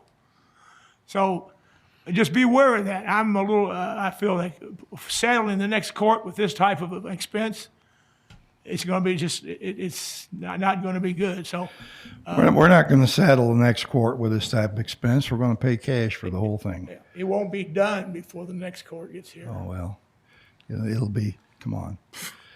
I'm done speaking. I'm going to go with Jeffries at this point, Magistrate Jeffries. Let's vote on whether to pay the bill or not to pay the bill. And we'll do it on a roll call basis. The motion was to approve the JKS Architecture invoice for $136,800. You got it. You're going to do it. And I'm not going to vote because I'm going to vote last this chair.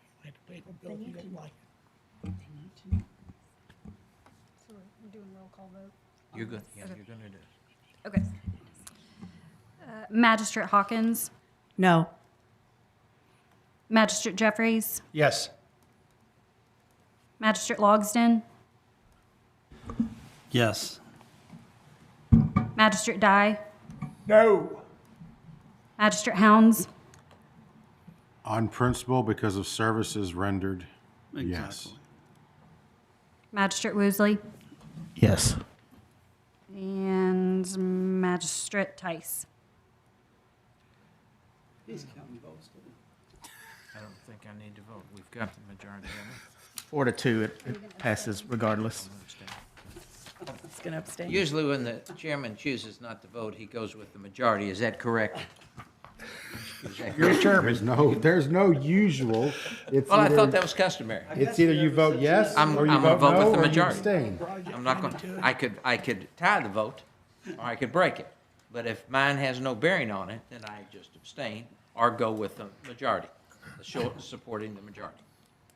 So you can write that any way you want to. So at this. That's a yes. He abstained. I mean, Okay. I'll join the meeting and vote yes if need be. But at this point, we're going to pay the bill. I'd like to make one thing, and I don't want to belabor this, we had a Parks meeting this morning, and Joe was there, Joe Ender, deputy judge. And we had two ladies that were landscape architects. When we left that meeting, we asked them to give us a price to meet with us and discuss developing half of the ground, or in the center part of Westport Park, what we were going to do, and get us a price on that. That's the first price. It's going to cost us X dollars, whatever that is, to meet with us and do that. After we do that and we pick with their assistance and our committee and or you and or whoever, what we want done, then we'll pick our wish list. And then at that point, they will produce that and give us a price. And at that point, we as a committee can endorse that and bring that to you, and or the whole fiscal court, to you and through you to the whole fiscal court. But at any point, we can stop on that. We know where we're going to be price as we move along. And this is a lot more simpler than the other. But I think it gets this to where every step we go, we all know what's going on. We had figures on the dog pound before we did that at $6.5 million. And I know there's several of us magistrates were choking on that at that point and had fixed no's, but we never brought it to court for us to vote. And then all of a sudden, it just morphs and keeps morphing. And once you've already stuck the first shovel and you've put it in the ground, now the court's stuck with that. And that's just what we got. We've got to break this down to where we can get a stop. And I see that as our problem versus when we did the pool. We asked the architect about where do you think we are? Because we're not pool people.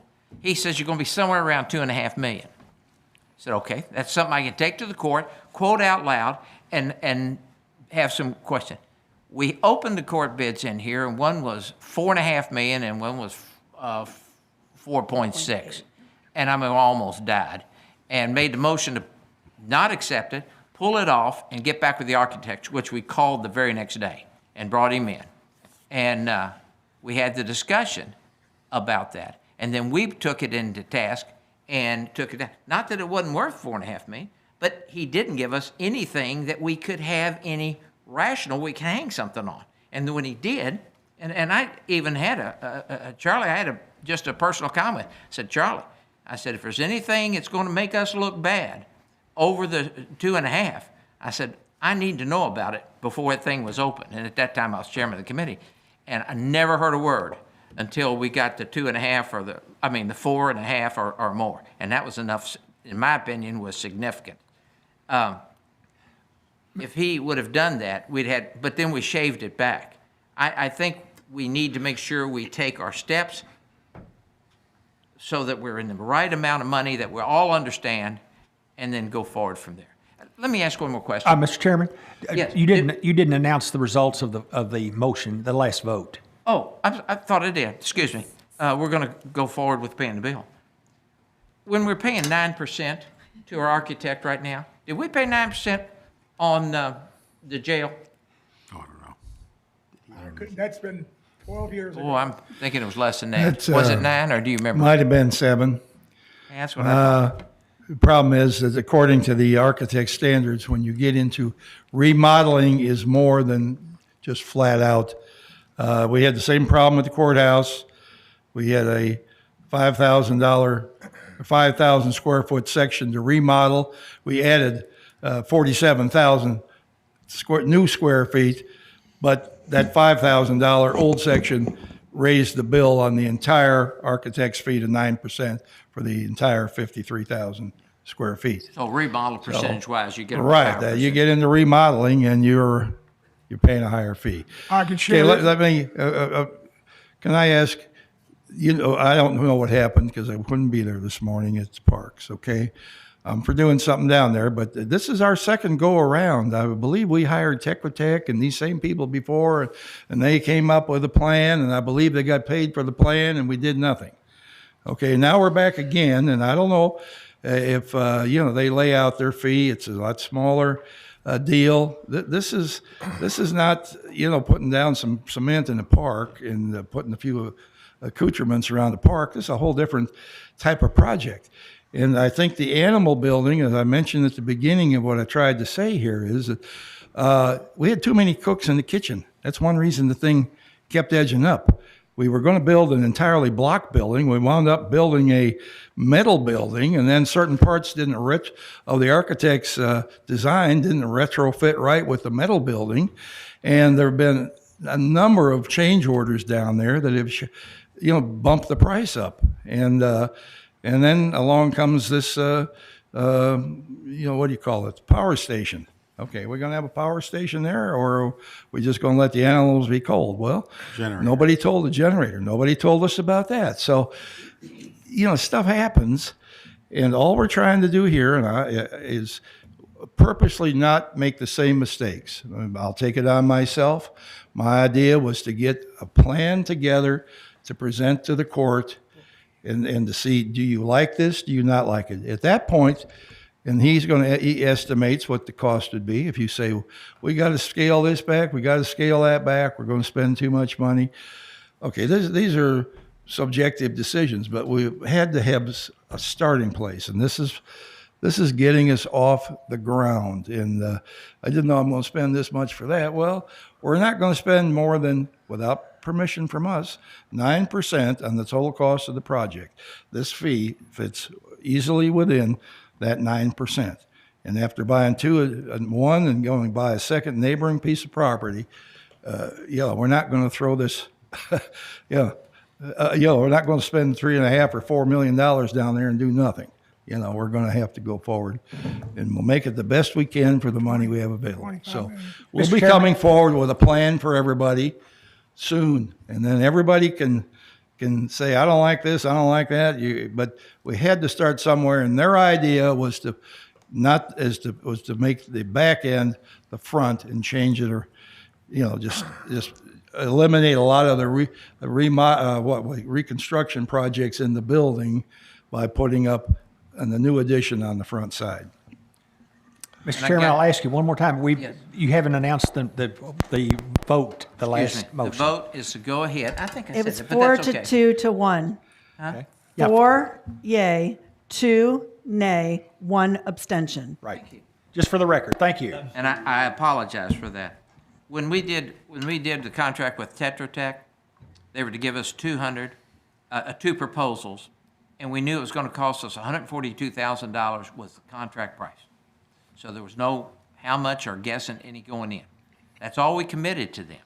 Once we saw it, we accepted what they had. Now, once we started looking at where we wanted to go, there's a few things, and in generality, what we've done down there is what was in the master plan from Tetra Tech. It shows in the plan that it's going to be a pavilion up in the corner where it is now. It's going to be enclosed, but we didn't do it enclosed, but it's still the pavilion. And what we are doing is filling that in, but we didn't contract with anybody for them to do the whole project.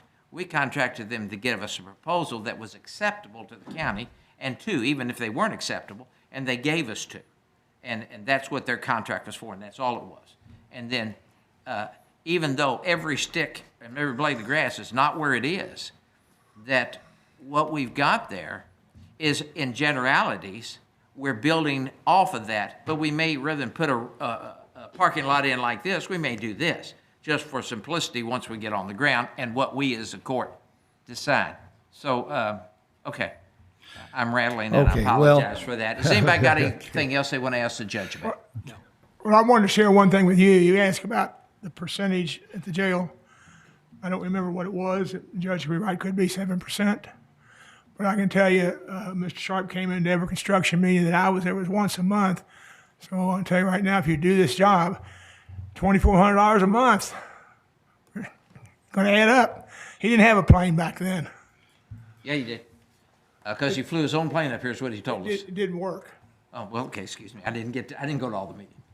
But at some point, we got to pay this bill, but we got to know what number we're going to, because at some point, before we know that spend $1 million, we got to make sure that we're willing to go to that point.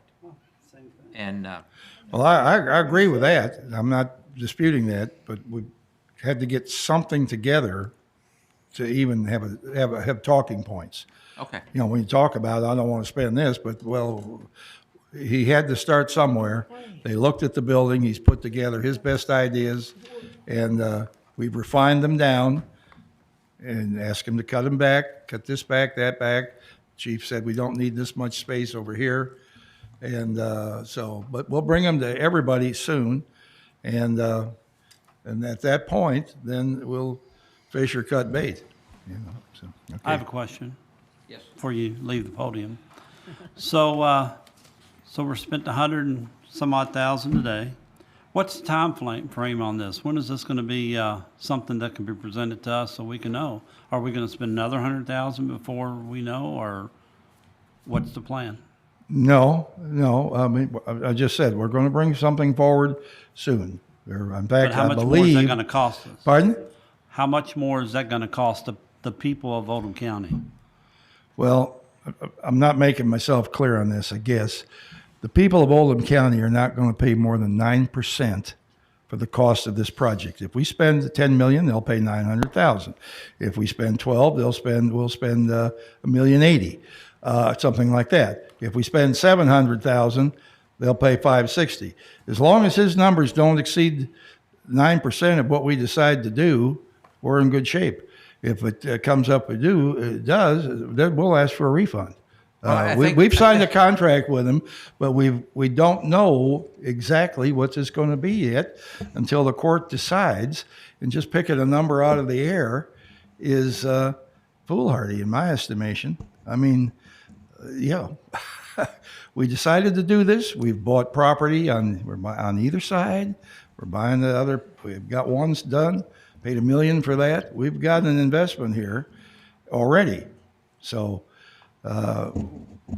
We'll have something soon. I imagine it'll be in the next 30 days. We'll come forward with the plan. But I think they were asking for a meeting now, and I'm not sure I can commit to the date they want. But they're coming back, and we'll be happy to have everybody come and look at that point. I think Michael's. Pardon? I think Michael's. We know we're going to. Well, I guess we could do it by Zoom, but I mean it's hard to communicate by Zoom. We've all been on Zoom meetings, and the people trying to look at something, see it. I'm not sure we could. Maybe we could. We could try it, see what happens. But I think what Michael is asking, and correct me if I'm wrong, that he's asking, what do we think the total price of this jail is going to be? 20 million, 50 million. We know Keith Sharp will get a 9% over what the cost of the project. But I think what Michael was asking. $259,200. Is that what we're going to spend before we get the plans? Schematic design phase. If I understand that, and I just looked it up, that's to the judge's point, to create the document to bring back to the court, schematic design phase is $259,200. And once we accept that, does that mean it goes out for bid, and then we know what this thing's gonna cost us? Well, that's 15% of the total. Right? Don't worry about the 15% number. I'm not worried about any. I don't want to talk about how much this thing's gonna cost. Typically what happens is the beginning phases, whatever the amount is, when they get to those milestones, as the judge has spoken, then they bill for that. So in this case, according to this document, it says the schematic design phase, which is 15% of the overall project, to the judge's point, not to exceed the 9% of the overall project, is $259,200. So I suspect that in order to get the documentation that the judge is going to present to us, it's going to cost us $259,200, give or take a few bucks. Okay. Maybe or maybe not. I mean, I'm not Any Keith other Sharp. I can't defend Questions? how an architect works. I'm you know. just saying that seems to be the maximum. That's the maximum, not necessarily the minimum. We know what the minimum's not. Right.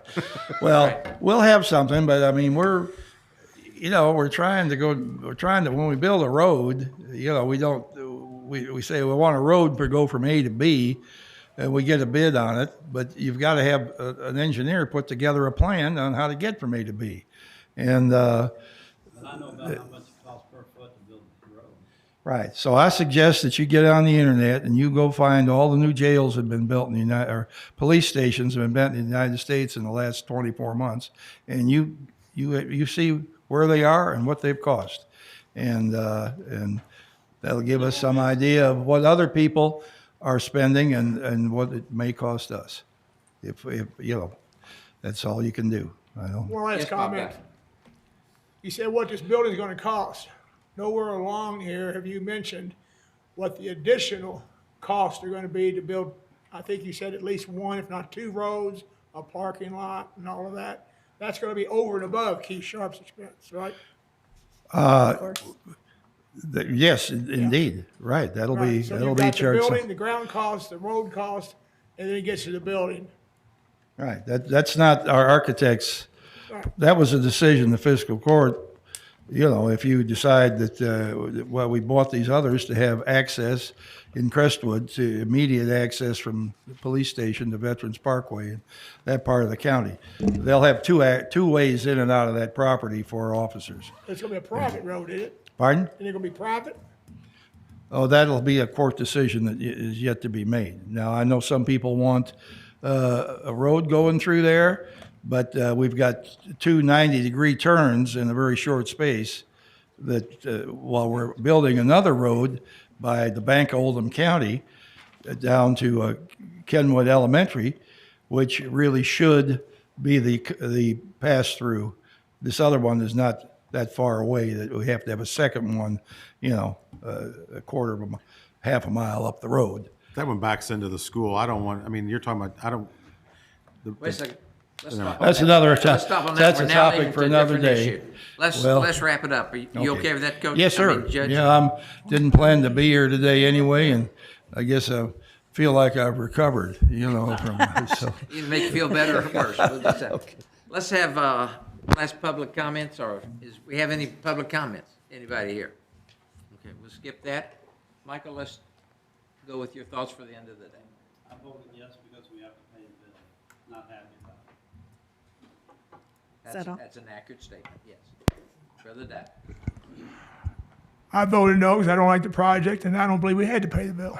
Because it's in kind, because you're countering an invoice, but apparently I lost on 2 points. Master Hams.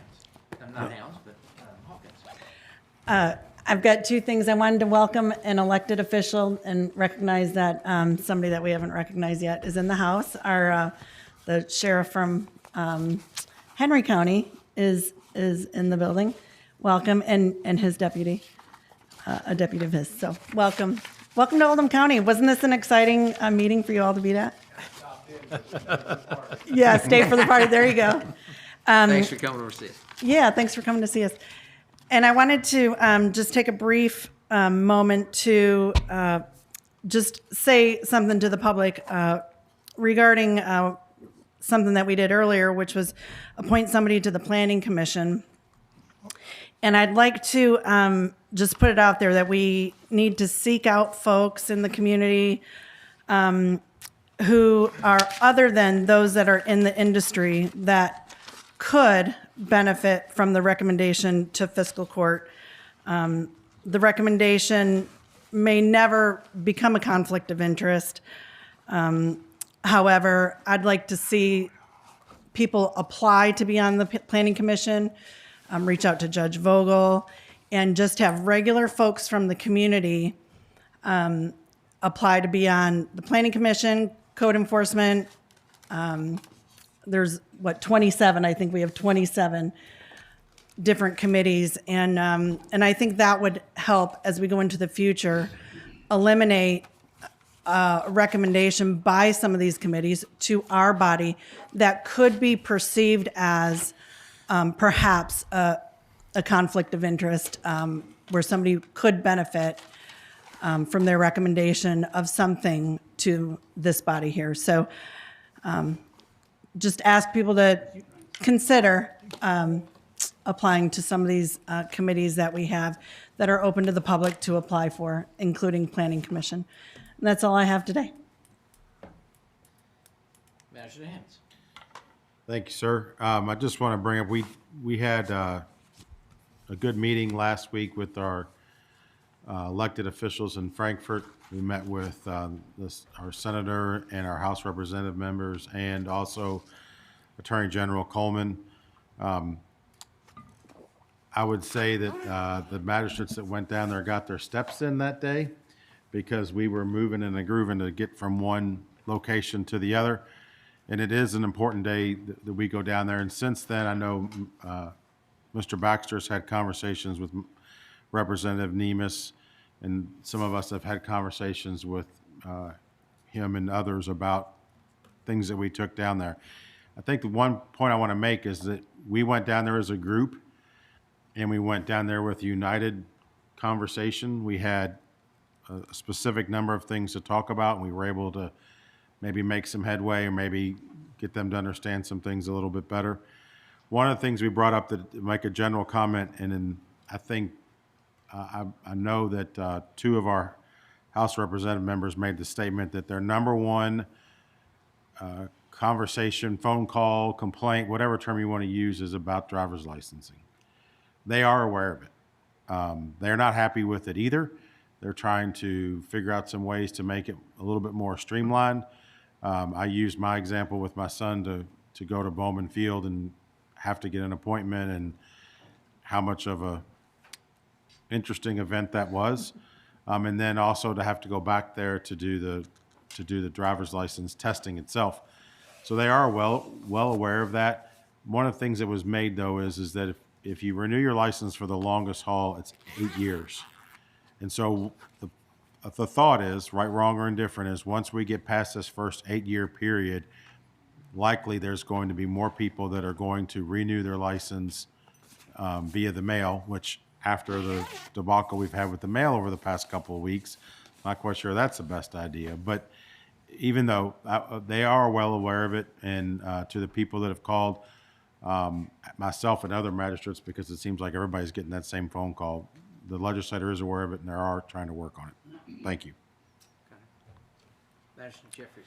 Yes, just a couple things. As I'm sure everybody's heard, there's another winter storm warning, I think, for tomorrow for this area. So, talking about quite a bit of snow or whatever. So, if you end up, your electricity goes out, or you need help or whatever for a warming center, Zach Wilt will have some sites set up, and they could call the non-emergency number at 222-0111 if they need help to, get to a warming center.